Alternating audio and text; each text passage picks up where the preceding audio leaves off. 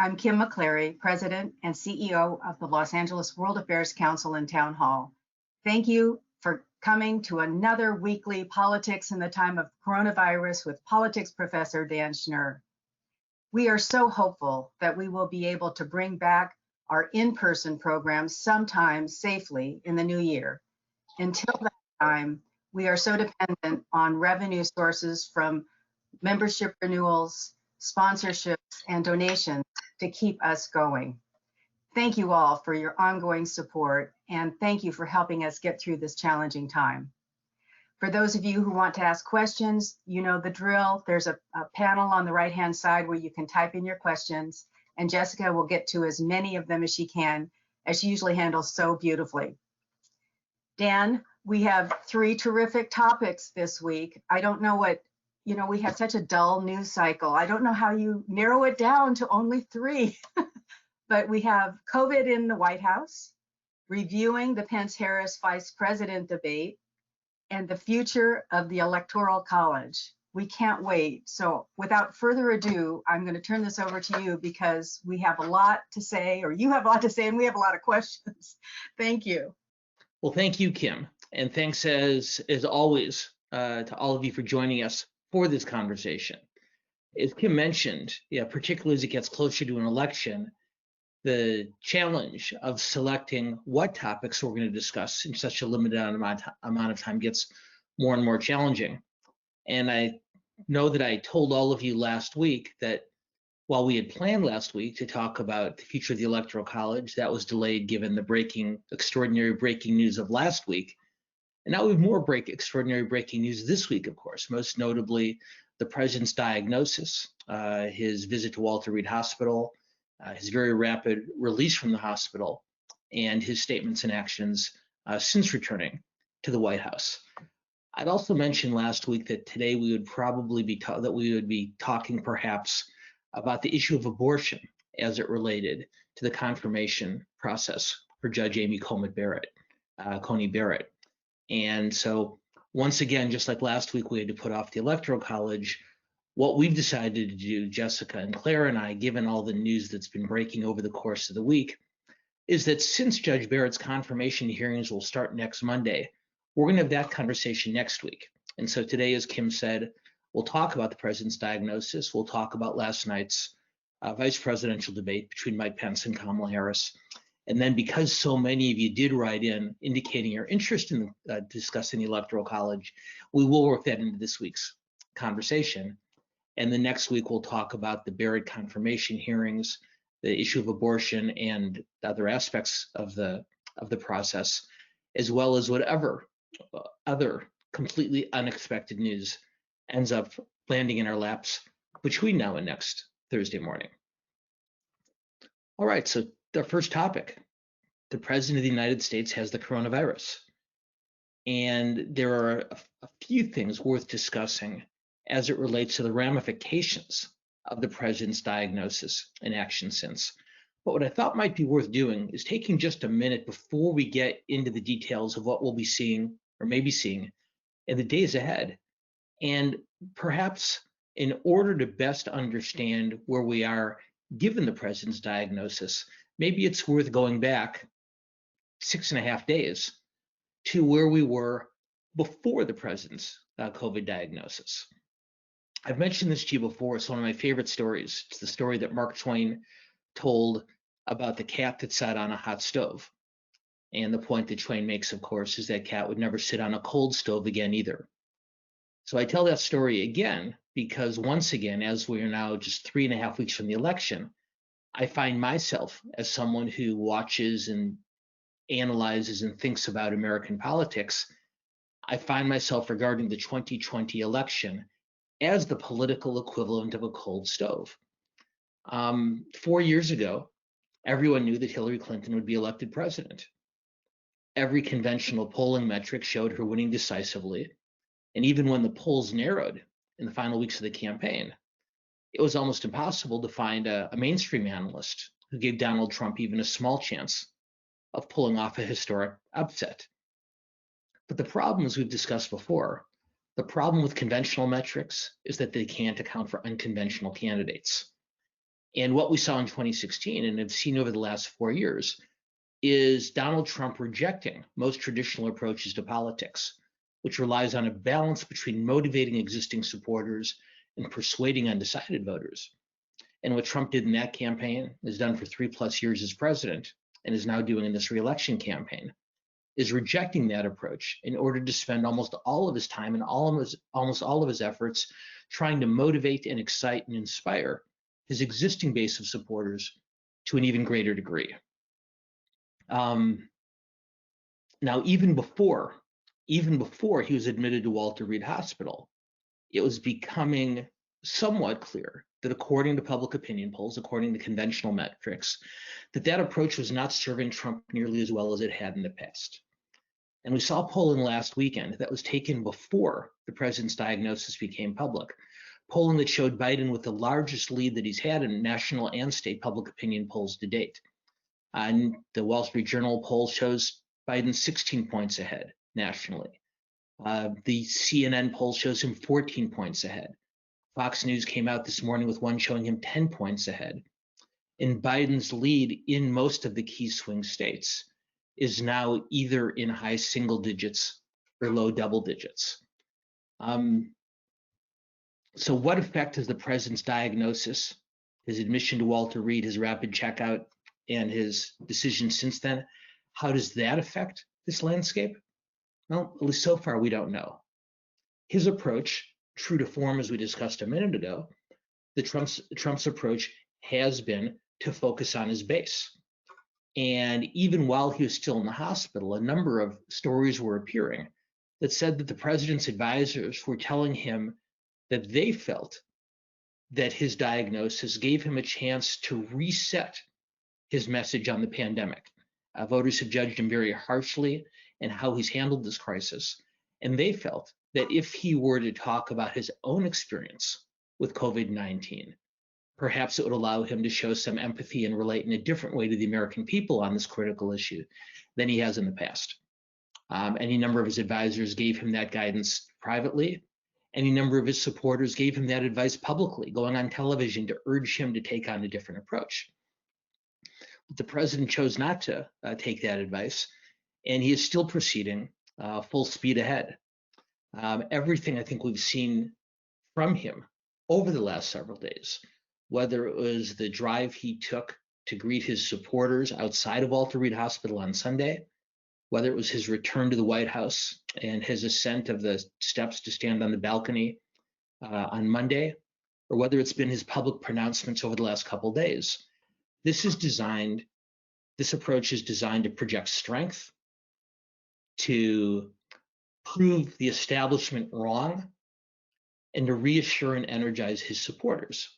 Once again, this is an approach that's always worked for him in the past. And so he's going back to this because it's the best, if not only, political strategy he knows. Will it work? We'll see in the next few weeks. But at least in the days ahead, I'd encourage you to look at two things that might be working against the president's political interests as it relates to his diagnosis and his public reaction to it. First and most importantly, this focuses public and media attention very squarely on COVID-19. And as we've talked about before in this webinar, for most of the spring and summer and now fall, because the voters have judged Trump so poorly on his handling of the pandemic, he and his advisors understand that the best thing for them to do, and you saw Vice President Pence attempting this last night, is to defend for as briefly as possible and to change the subject as quickly as possible. Change the subject to law and order, to public safety, to the economy, anything but COVID.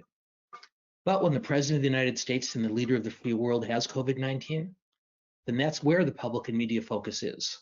And the fact that that is the center of public and media attention is not a good thing for Donald Trump. And he's going to have to find a way, looking forward, to change the subject back to something that might work more to his benefit. The second thing that his diagnosis has done is it's frozen the campaign in place yet again. If you remember back last Thursday when we talked about the first presidential debate, maybe the only presidential debate, we'll get to that in a minute or two, I talked about how While Trump may have rallied his supporters, while Biden may have reached out to undecided voters, in any case, nothing had changed the overall dynamic, the broader conversation of the campaign. And when you're running behind in the polls, as the president is now, any day that you don't change the conversation and change the overall trajectory is a wasted day. So here we are a week later, and even the president's contracting of the COVID-19 virus has not significantly changed the overall direction of the campaign.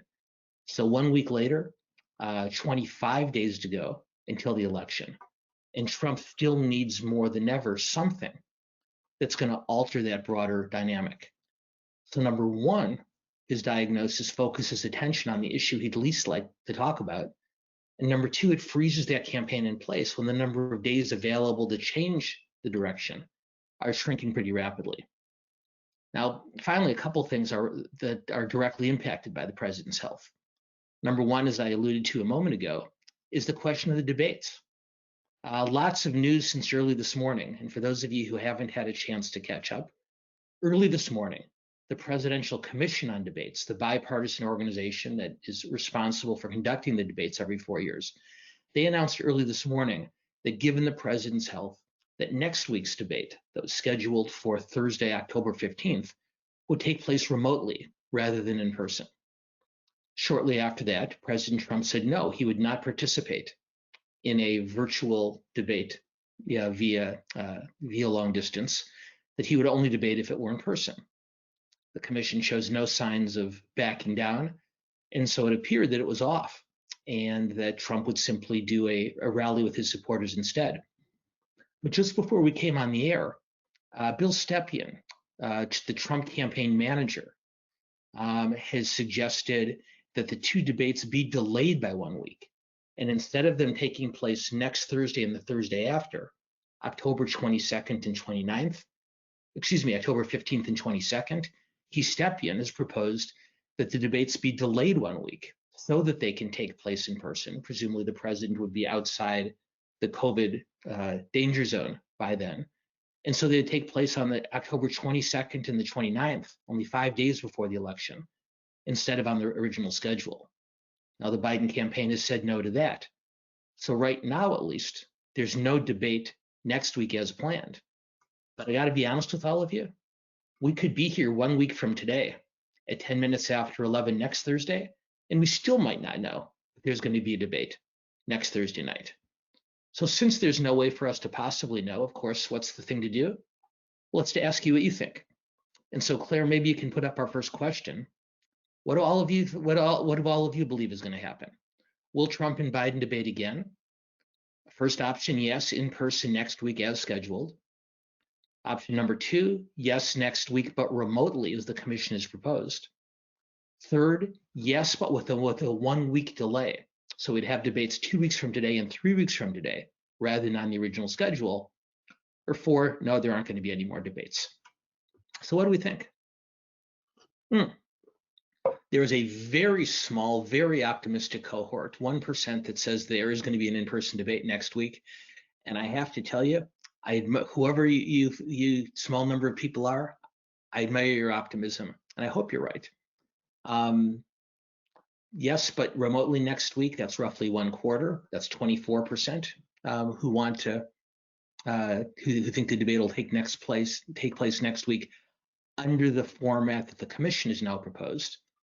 31%, almost a third, say that the Trump proposal to delay the debates a week will be what ends up happening.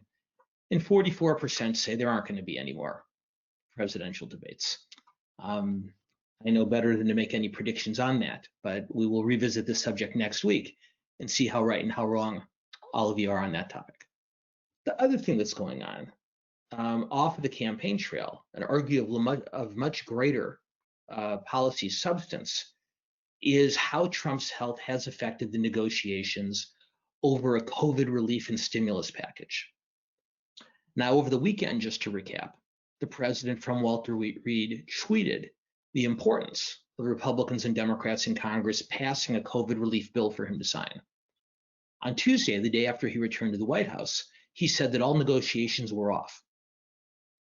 Tuesday night, having seen the impact of that announcement on the stock market and causing alarm among his Republican allies, many seeking re-election of their own, on Tuesday night, he said that he would negotiate again, but not the broader package that Nancy Pelosi and Steve Mnuchin have been talking about, but he'd only negotiate a package that included relief, financial relief for the nation's airlines and direct payments to American citizens. Pelosi has said as of this morning, while she potentially entertained yesterday the idea of an airline-only relief package, she talked to her caucus last night and this morning has said very definitively that as much as she wants to support the airlines to keep them from going bankrupt, that she believes it is unacceptable to go forward with a relief package that only does that. And she will not negotiate unless the terms include the broader stimulus discussion that they've been having previously, which includes not only aid to individuals, but a significant amount of aid to state and local governments, to schools, and others. So once again, since we don't know what's going to happen, I'm going to turn to you to ask what you think is going to happen. So question number 2, thank you, Claire. What do you think? Will the White House and Congress agree on a COVID relief bill before the election? Remember, option 1, yes, a broader package, often similar to the type being previously negotiated, that isn't just about the airlines and direct payments, but includes a broader amount of aid for state and local government and other entities. Second, there will be an agreement, but only with a bill to help the airline industry in particular. Or 3, there's not going to be an agreement before the election. And let's see how we come on those. 44% think that there'll be a broader relief package before the election. And you may be right, because as the president said as recently as Saturday, that was something he wanted at that point. And there's no question that Trump, would benefit politically, as would the Democrats, from some type of broader relief effort. Only 6% think there'll be a bill that just helps the airline industry. So it sounds like most of you take Nancy Pelosi at her word. And 50% say no relief bill before the election. And so once again, we'll revisit this as we move forward up until the election to see how your prognoses come out. Let's move on now. Let's move on and talk briefly about last night's debate, because while I thought it was very interesting, I don't know that it was of great import. And so before I get into my assessment of it, I'm going to ask you for yours. And right away, let's go to more questions. So first of all, did you watch last night's debate? And we learned from our questions last week to give you an option. Did you watch all or most of it? Option number 1. Did you watch it, but only some of it? Or did you not watch it at all? Let's see how we do on this one. 82% watched all or most of it. 11% said some of it, and only 7% said no. Claire, we'd have to look back, but if I'm not mistaken, I think those are higher numbers than we had for last week's presidential debate. I'm not certain, but that seems like a pretty high level of engagement. So good for all of you. And then before I get into any more details, I'm going to ask you another question. Who do you think won last night's debate? Was it Pence? Was it Harris? Or was it neither or both? And public opinion polls showed that more people thought Harris won. But what's interesting, what's important when you watch those post-debate polls is you need to compare them against what people thought was going to happen before the debate took place. So when polls were taken yesterday during the day, people were asked who they thought would do better. Those results weren't all that different than the post-debate results that showed people thinking that Harris had won, which suggests to me that even though more people thought she succeeded than Pence at her goals, that neither candidate really changed very many minds. Let's see what you guys thought. 7% said Pence won the debate, 59% said Harris won the debate, and a third said neither or both. Well, here's what I'll offer you.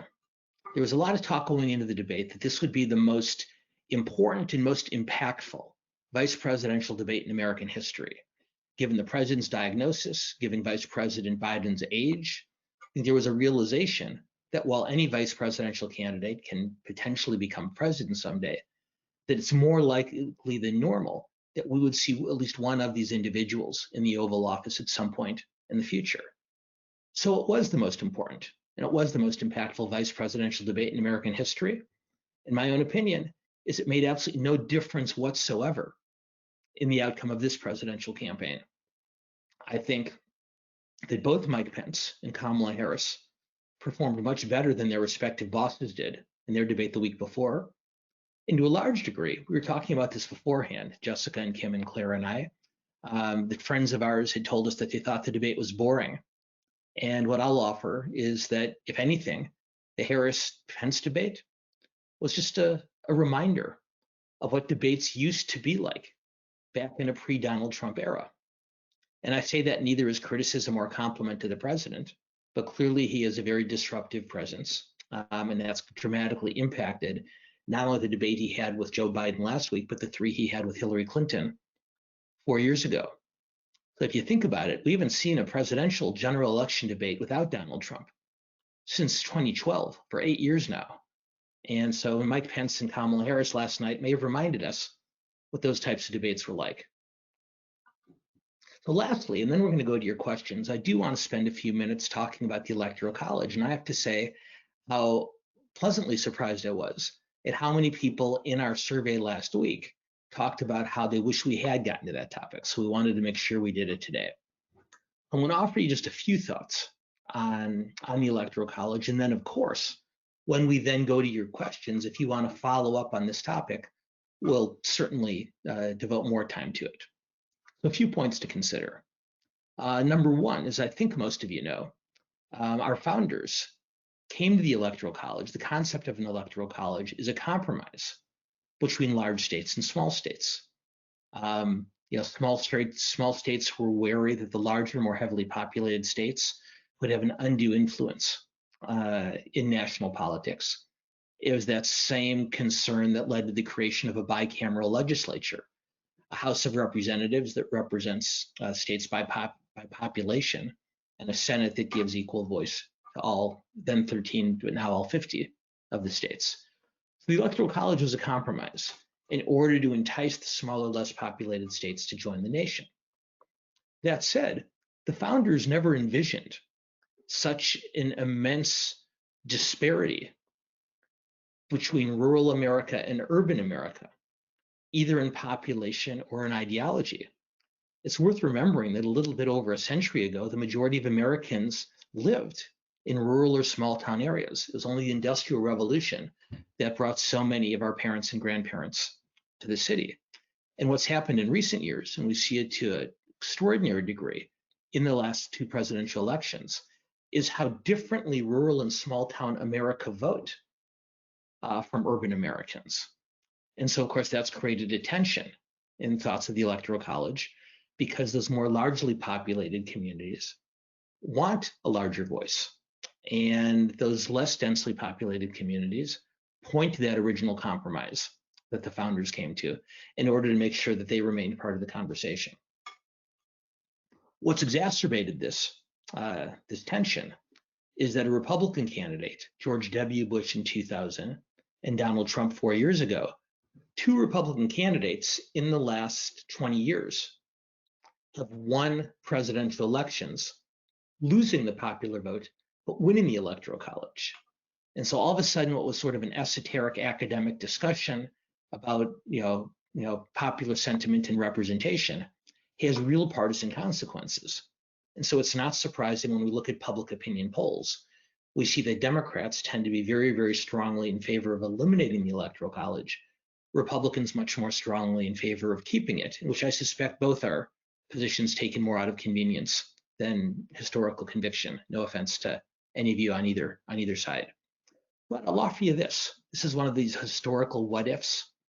If you look at the 2004 election, 4 years after George W. Bush was elected and 12 years before Donald Trump was elected, in the 2004 campaign, the Democratic nominee, John Kerry, lost the state of Ohio by roughly 100,000 votes out of several million cast.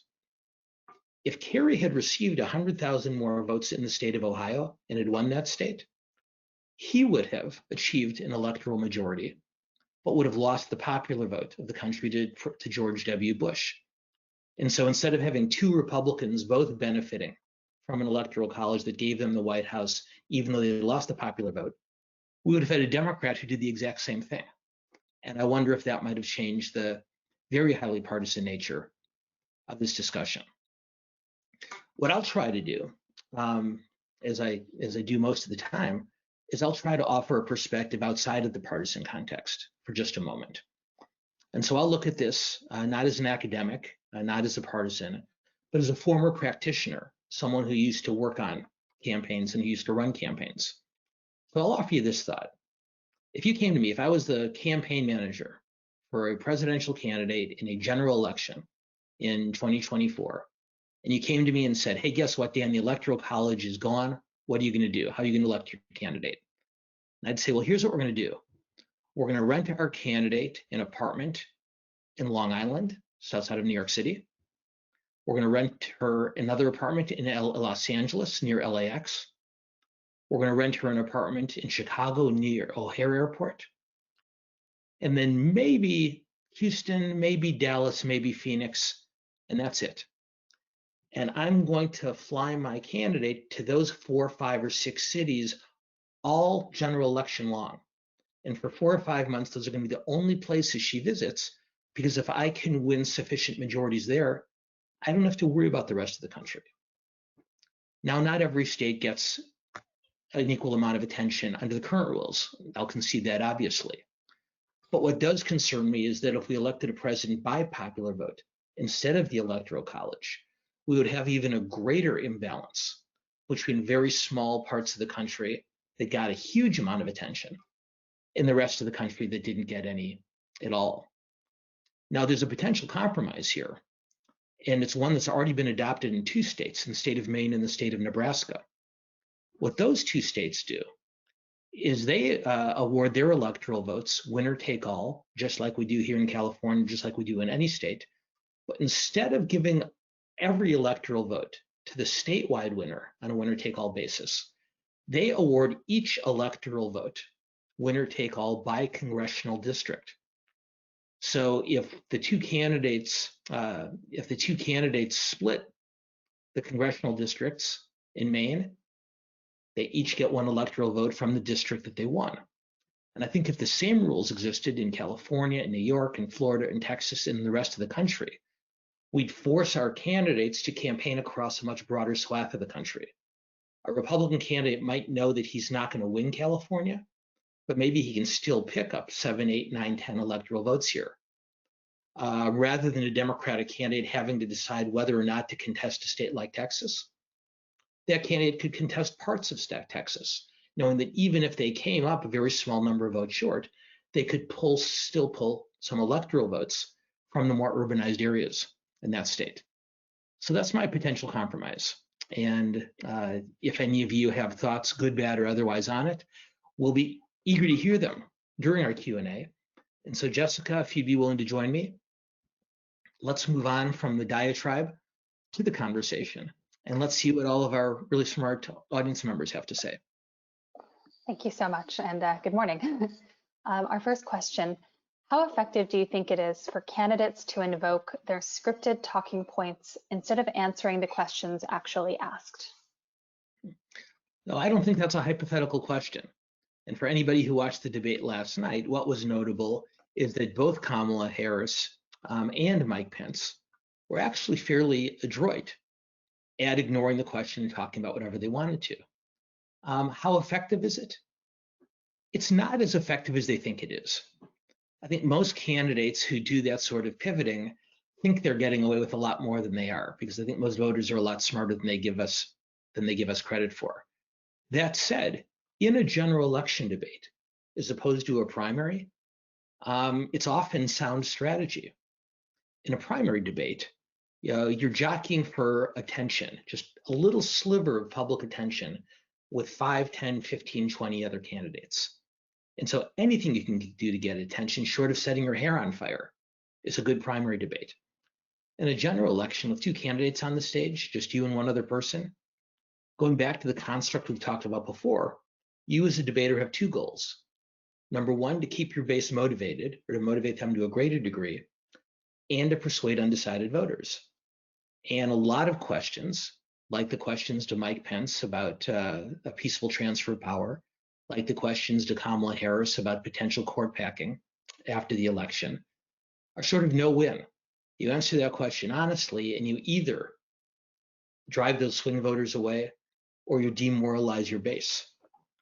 Now, the most courageous and I think the most admirable of politicians are willing to take those risks, maybe not on every question, but on some. More conventional politicians, and this isn't a criticism of either Pence or Harris, but while both did very well last night, neither of them I think are particularly exceptional politicians. More conventional politicians tend to dodge those questions as a matter of safety. And I think the answer is probably to examine the formats of these debates, to give a moderator more of an opportunity to follow up the way she or he would in a one-on-one interview. So if a candidate doesn't answer a question, Susan Page would have more time and ability to say, that's fascinating, but that's not what I asked you. Can you please answer my question? And if you don't, it's that much more obvious. The town hall format, which next week's debate was supposed to be, in which voters ask the questions of the candidates rather than journalists or moderators, that's designed to keep candidates from dodging questions because they think the candidates look worse refusing to answer a question from a voter than from a journalist or a moderator. But as we said earlier, we don't know if that's going to take place or not. In any case, it's not one of the most attractive aspects of our political system. But as we were reminded last night, it's probably not going anywhere. Thank you. Why would Biden possibly have another debate when he has the perfect opportunity not to have any more? Usually candidates in the lead don't want to debate. And another questioner asked how you would advise Biden, given that he's leading in the polls, whether he should debate or not. Well, so the Biden campaign this morning let it be known with fairly impressive speed that if Trump wasn't going to debate, they weren't either. So I don't think they'd be too unhappy if the debates didn't happen, but I think they are justifiably wary of it appearing that it's their doing that the cancel the debates rather than Trump's. And the reason for that is that Biden throughout the campaign has been criticized by Trump as lacking strength, of being weak. And one of the personal characteristics on which Trump has historically done better than Biden is on the question of who is strong. Because of Biden's age, because of Trump's demeanor, that's been not a huge, but somewhat of a disadvantage for Biden. And if he were to be seen as the instigator in pulling out of the debates, that could potentially reinforce that criticism of weakness that Trump and his allies have leveled at Biden in the past. He's agreed to debate. The commission has the rules. And while, like I said, I don't think he'd be unhappy at all if they didn't happen, I think it is the correct strategic decision for Biden in his campaign to continue to participate in the debates unless or until it's clear that they're not happening. He may avoid a difficult moment on stage, but that broader impression of lack of strength is one that does him no good at all. Thank you. What did you think of the moderator's performance? I thought that Susan Page, and I should offer a proviso. I've known Susan Page for many years. I met her when she was a reporter for the Dallas Morning News many years ago, and have stayed in touch with her since she's been at USA Today. So I know her, and while we're not good friends, we're friends. That said, and this is no criticism toward Chris Wallace, who I think is an excellent journalist, but clearly lost control over last week's debate. I thought Susan Page did a much better job, not a perfect job. Both Pence and Harris talked over her any number of times, but she did a better job than Wallace did, admittedly without nearly as much of a challenge as the one that Wallace had faced. So once again, it wasn't perfect, but it was better. And once again, I'll go back to the point that we discussed last week, that perhaps an answer on this is not to give the moderator a mute button where she or he turns off the candidate when they think they should be done. But if it were just set up automatically, that the candidates knew in advance that their microphone would automatically click off after 2 minutes, whether they were in the middle of a sentence or in the middle of a word. and that microphone would not click on again until they were asked the next question. As I said last week, that might lead to some pretty interesting visuals on a debate stage. But I think for Susan Page or Chris Wallace or anyone else, asking them to maintain total order is a tall ticket, and you might have to give them you might have to turn to technological solutions as well. Yeah, it seems like if they do the debate virtually, that's going to be a much easier thing to manage, to be able to mute. As I know from back here, I get to mute people if I want to. All right, I'll take that as a very veiled threat. So mental note for Dan, be nice to Jessica. Not at all, not at all. But what I will say is one of the first things that Trump said this morning when he rejected the idea of a virtual debate was that he could be muted. And whether you happen to support Trump or not, from his perspective, doing a remote debate is a real disadvantage for him. Because while substantively it doesn't have any need to change the content in any way, part of Trump's strengths as a debater, whether in a general election or in the primary 4 years ago, has been his interaction with the other candidates. So I think he realized fairly quickly that a virtual debate would do him no good at all. Yes. Thank you. Could you summarize the current poll results for the key electoral vote states, Pennsylvania, Michigan, Wisconsin, and Florida? Okay. So the polls are coming fast and furious right now, and I don't have them all in front of me, but I'll give you an assessment that sort of summarizes each of those states. Pennsylvania right now, over the last week or two, now appears to be Biden's strongest state of the four, and some of the polls show him with a double-digit lead in that state, others with a high single-digit margin. But in either case, Biden looks strongest of the four in the state of Pennsylvania. Michigan, a little bit less so. He's ahead outside the margin of error in most major polls that have been released in the last few weeks, but not quite the same margin that's opened up in Pennsylvania. Wisconsin, a little bit less than that. Most of the polls show Biden ahead, but by a margin in the mid-single digits. So this is a really good reminder of the discussions we probably should have been having 4 years ago, that as big as those national gaps look for Biden, they're padded to a large degree by voters in states like New York and in California. And so in a key swing state like Wisconsin, while Biden has a lead and he has increased that lead, which is where you want to be in the closing weeks of the campaign, it's not a safe advantage by any margin. And Florida, the closest of the four, Biden is ahead in most, not all of the polls, but by a much narrower margin, usually only by a couple of percentage points. And for the most part, as we've discussed before, Biden's biggest challenge in Florida to date has been that while he's winning the Latino and Latina vote by a sizable margin, doesn't have nearly as large an advantage with those voters as Clinton did 4 years ago. Trump has clearly made some inroads with Cuban American voters and with voters who've emigrated from Venezuela and Nicaragua. So Biden has a small advantage there, but certainly not a safe one either. Thank you. The most recent Fox News poll asked, who do you think your neighbors are supporting for president? Trump won that question by 11 points. Is that a sign of social desirability bias in this election? And in parentheses, a shy Trump voter. Well, the Mr. or Ms. shy Trump voter, I have no doubt that you have a decent amount of company around the country, because just as many years ago, voters would not have admitted to a pollster that they would refuse to vote for an African American, a Latino, or a female candidate.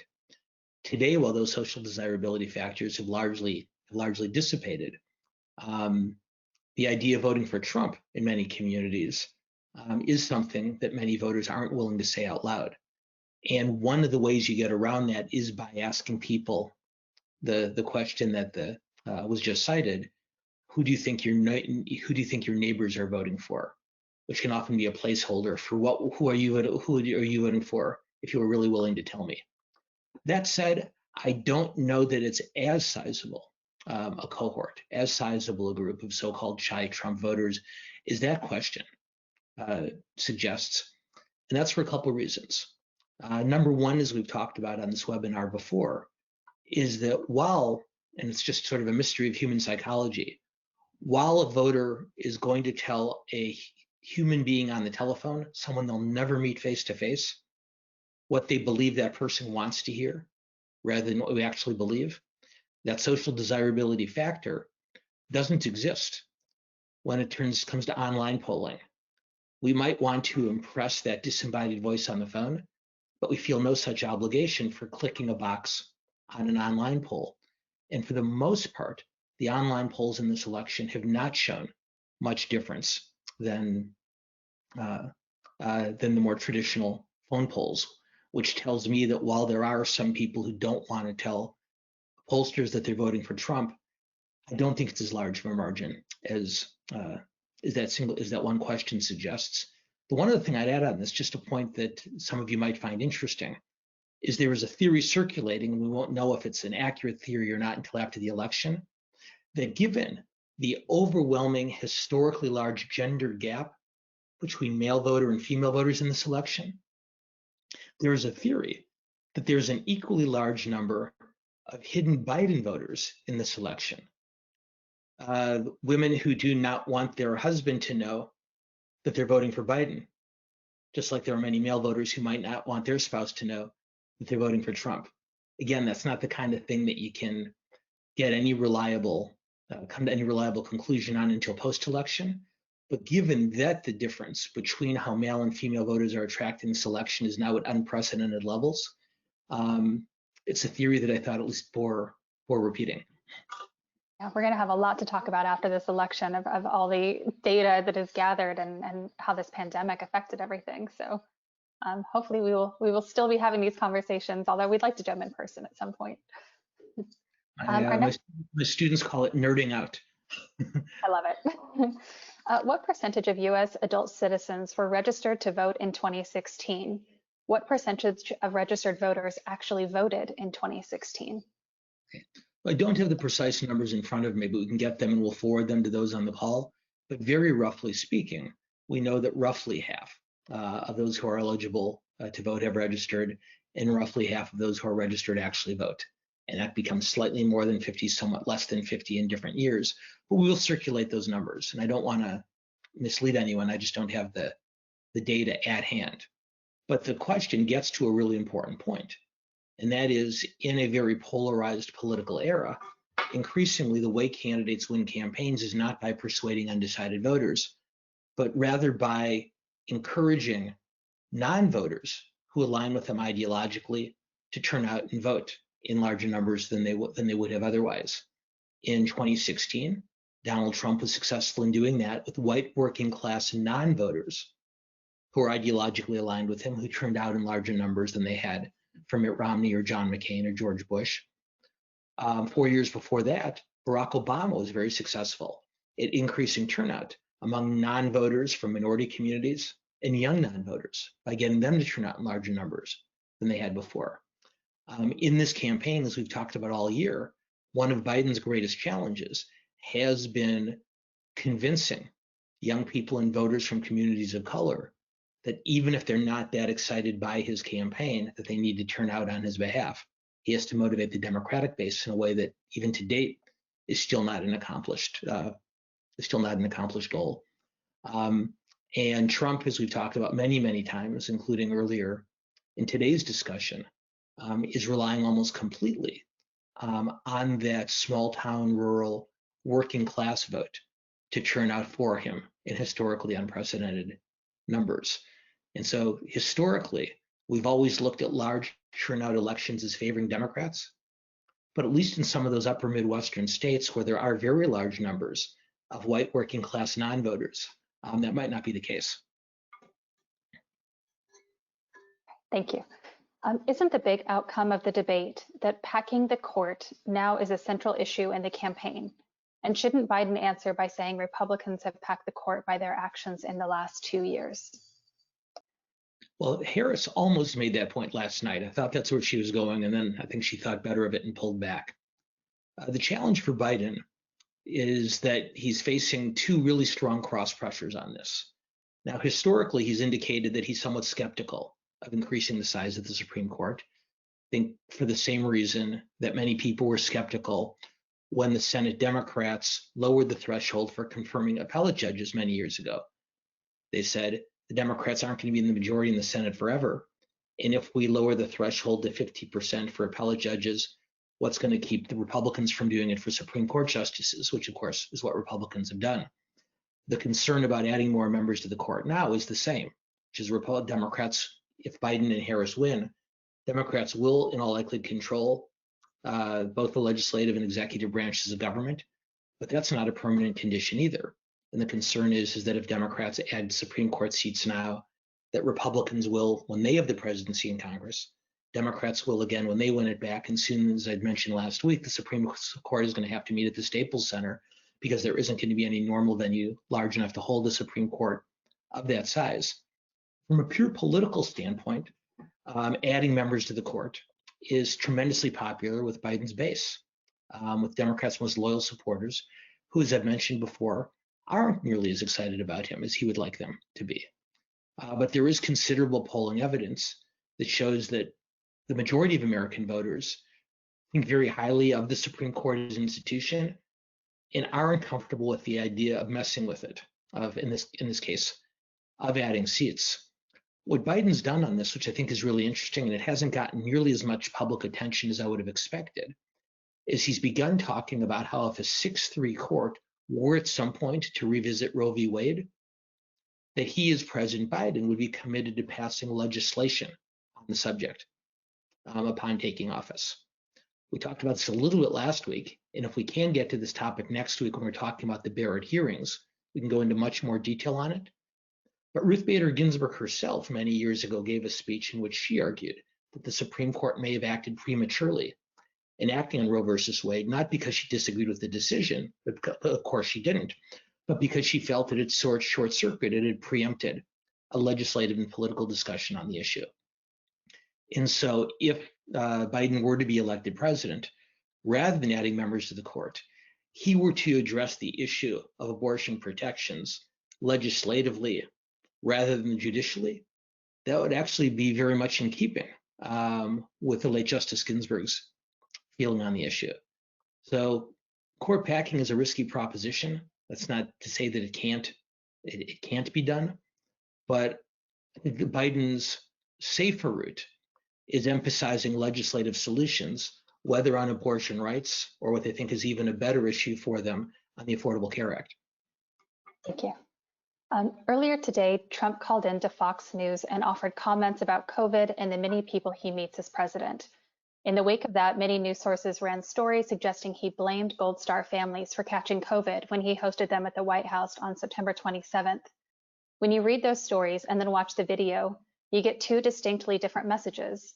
In the video, Trump explains his willingness to forego social distancing in order to hear/meet these Gold Star families. Is this yet another indication of the media misreporting all things Trump? Well, I think this is an example of a hyper-partisan, extraordinarily polarized society picking what they want to out of the same event in the same circumstances. I believe that anybody who is already a committed opponent of Trump's hears that reporting and says, oh my goodness, I can't believe the president is blaming Gold Star families for his contracting the disease. People who are already supporting Trump say, well, that's not what he's saying at all. He's simply saying that's a circumstance under which he might have contracted it in close contact with these people. From the president's perspective, using that event as an example probably wasn't the most politically adroit one. But what I take away from it is that more and more in 21st century America, we all take away from news what we believe will reinforce our existing beliefs and find ways to ignore information that might contrast or undermine them. I'll admit I've read the stories but haven't seen the video. And after seeing the video, I might take a stronger position on this. But right now, it seems to me like yet another example of true believers on both sides seeing and hearing what they want in order to reinforce what they hope can happen. Thank you. I'm going to turn over some of the questions to the Electoral College. I know we wanted to get to that. The 12th Amendment was adopted in 1804 in the shadow of the compromises among the colonies that led to the Constitution. The notion of states' rights was preeminent and became warped, I'm not sure it's supposed to be warped or wrapped in the amendment to provide, in the event of no majority of the total number of electors select a nominee, then each state and then legislature is given only one vote for president, thus completely undermining the democratic notion of one person, one vote, and selection of a president by a majority of voters. Is this fair in today's environment? Okay, so I understand the argument. That said, I'm not inclined, and I don't consider myself an originalist when it comes to the Constitution. I don't know that when a law was drafted should be a primary argument as to its validity or not. So this is not me disagreeing with the questioner, but just saying the First Amendment, which guarantees my right to free speech, goes back to the similar era. The fact that it was written in a pre-mass media era, to me, doesn't invalidate it. It means we have to adopt it in a way that makes sure those original principles can work in a manner that works for a much different kind of society than the founders envisioned. And I at least feel the same way about the Electoral College. While the dynamic between small states and large states is much different today than it was then, I think the founders' principal thoughts about making sure that the voice of the minority was heard in democratic deliberations, either electorally or legislatively, is still an important principle. And so I do think that the compromise I articulated, that is awarding electoral votes by congressional district rather than state, preserves the right of the minority to still have their voices heard, but also, to the questioner's concern, addresses this increased yawning divide between rural and urban America in a somewhat more productive way. So my general feeling on these things is this is a term that President Clinton used when he was confronted with the issue of affirmative action back in the 1990s. He said, mend it, but don't end it. And generally speaking, when it applies to constitutional principles that were written for a different era, I start out by looking for a way to mend before I end. That doesn't mean that there's never a time when it would mean revisiting an original idea. The idea of not allowing the woman to vote was one that took far too long to revisit. But generally, in the words of the former president, I try to mend before I end, and I think the Electoral College is an example where that approach might be most effective. Thank you. Can you please talk about how slavery and African Americans helped shape the creation of the Electoral College? Wow. I've read quite a bit about the issue. I'll admit to you that I'm much better on contemporary politics than I am on American history. I imagine the premise of the question that the questioner is interested in discussing is the idea that just like this was a compromise between small states and large states, it was also a way of making sure that southern states, for whom slavery was a much more essential part of society than northern states, agreed to become part of the Union. I believe that to be true, and I'll just apologize in that I'm not enough of a historian to address the topic in the kind of detail that I think the questioner wants, and maybe post-election or early next year, this would be the kind of thing that World Affairs Council Town Hall could schedule a discussion on that I'd love to moderate, in which I could ask questions of smart people who know these issues better than me, rather than trying to pretend that I'm that smart myself, because at least right now I'm not. You're very smart, but I know you can't know everything, but you know a lot. Thank you. How does the Electoral College debate change if Texas realigns to become a blue state?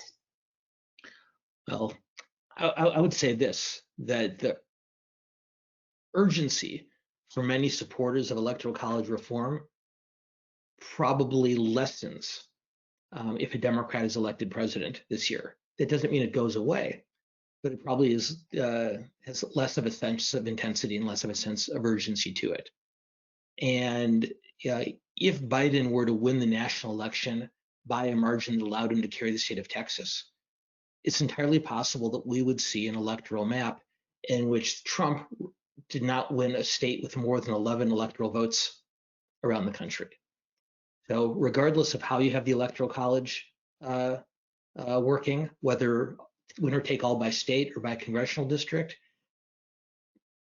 in order for the competitive elections to exist again, Republicans would need to make some fairly dramatic changes. So if Biden wins Texas, it doesn't make the Electoral College discussion an irrelevant one, but probably a less urgent one, at least for the strongest supporters of reform.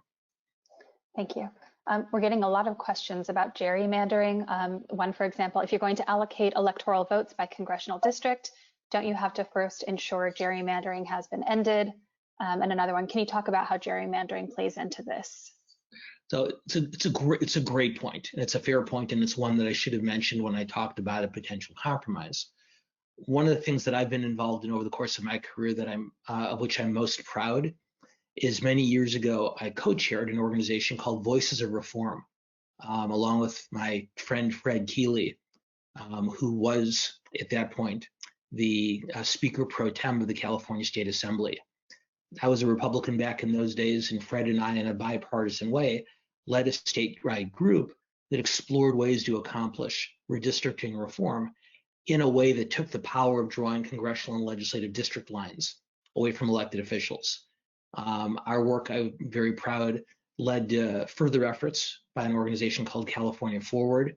And when Arnold Schwarzenegger was governor, he sponsored a ballot initiatives too, that removed the power of drawing district lines from the politicians themselves and gave it instead to a multi-partisan citizens commission.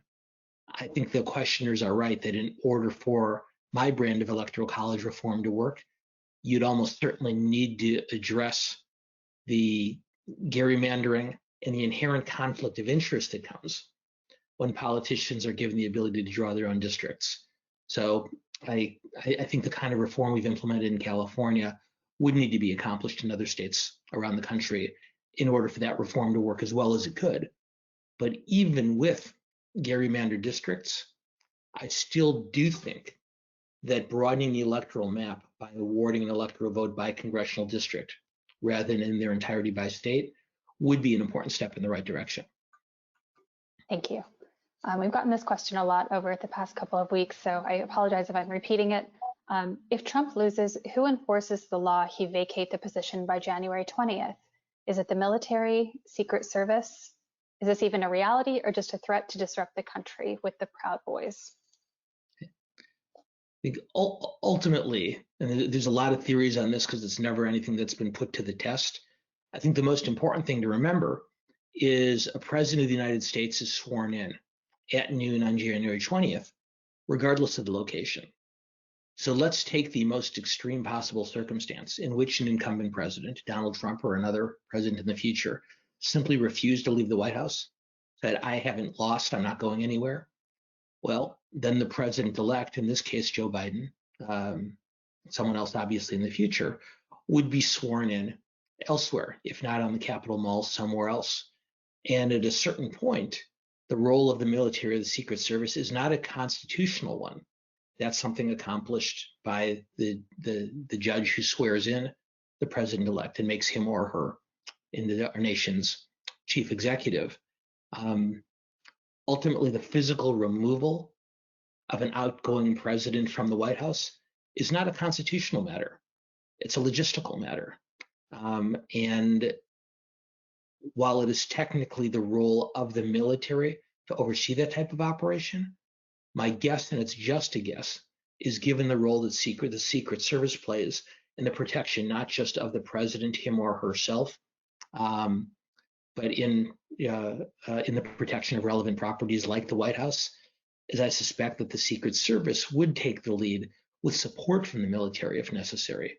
But this is a worst case scenario. And while the questioner is right to raise it because it's something that we ought to be thinking about, hopefully it's not something that will have practical applications this year or in the future. But you never know, so right to ask the question. Oh, Jessica. I've taken you all the way up to the end of the hour, so we should probably wrap this up. I apologize we didn't get to all the questions, but that's why we get to come back next week. Jessica, thanks for another great job with the questions. Dan, another thoughtful and informative discussion. And I also want to thank you, in addition to what Dan does every week with politics in the time of coronavirus, he's also volunteered to moderate 4 upcoming 2020 election series specials. So I just want to give you a quick recap of those because we're going to be getting a lot of Dan's great advice and guidance over the next weeks. October 13th, Dan will be moderating a discussion on key swing states of the 2020 election with Seema Mehta, the political writer from the LA Times. On October 20th, he's moderating a discussion with Ron Brownstein, both will be discussing who will be deciding the presidential election. October 27th, how the media will influence the election. And then we have for you a special Election Day special with Dan and Todd Purdom.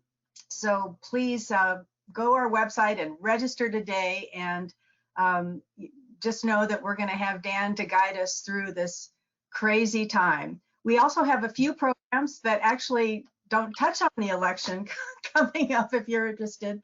October 14th, the future of U.S. policy in Iran. October 19th, a fireside chat with Guy Raz, hosted by the Honorable Maria Contreras-Sweet on successful business strategies. We have a conversation with Professor Lawrence Summers on economic recovery from a post-pandemic nation, and a program on how to win the tech race with China. So please go to our website today, sign up for the programs, make a donation, keep us in business, and all these quality programs going. Dan, thank you again. Thank God we've got your counsel on all of these changing events, minute by minute. Well, thanks to everybody for joining us, and we'll look forward to seeing you next week. Thank you, everybody. Take care.